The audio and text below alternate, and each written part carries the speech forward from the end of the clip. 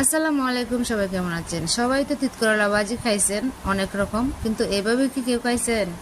এভাবে খেয়ে দেখবেন, অনেক মজা হয়। তো একদমই নতুন আমি নিয়ে আসলাম তিত করলার ভাজিটা, কীভাবে করি আপনারা দেখেন। তো এখানে আমি সামান্য একটু হলুদ গুঁড়া, মরিচ গুঁড়া আর পরিমাণ মতো লবণ দিয়ে প্রথম মাখিয়ে নিছি। এখন দিয়ে দিলাম কর্নফ্লাওয়ার আর দিয়ে দিলাম অল্প একটু বেসন। চাউলের গুঁড়ি নাই, এই জন্য বেসন দিলাম। চাউলের গুঁড়ি থাকলে আরও ভালো হইতো। তো আপনাদের কাছে যদি চাউলের গুঁড়ি থাকে এভাবে দিয়ে দিবেন। দিয়ে আলতো করে মাখিয়ে নিলাম। এখন আমি পেঁয়াজ বেরেস্তাটা করে নিব। পেঁয়াজটা লাল লাল হয়ে ভেজে আসলে তারপরে নামিয়ে নিব, নামিয়ে উঠিয়ে রাখবো। তো আমার পেঁয়াজ বেরেস্তাটা হয়ে গেছে, এখন আমি নামিয়ে নিব। এখন দিয়ে দিব তিত করলাটা। তিত করলাটা কীভাবে কাটছি দেখতেই পাচ্ছেন, গোল গোল করে কাটছি। তো ভাজা শেষ আমার, এখন পরিবেশন করলাম। দেখেন কত সুন্দর লাগতেছে। এখন পেঁয়াজ বেরেস্তাটা দিয়ে দিব।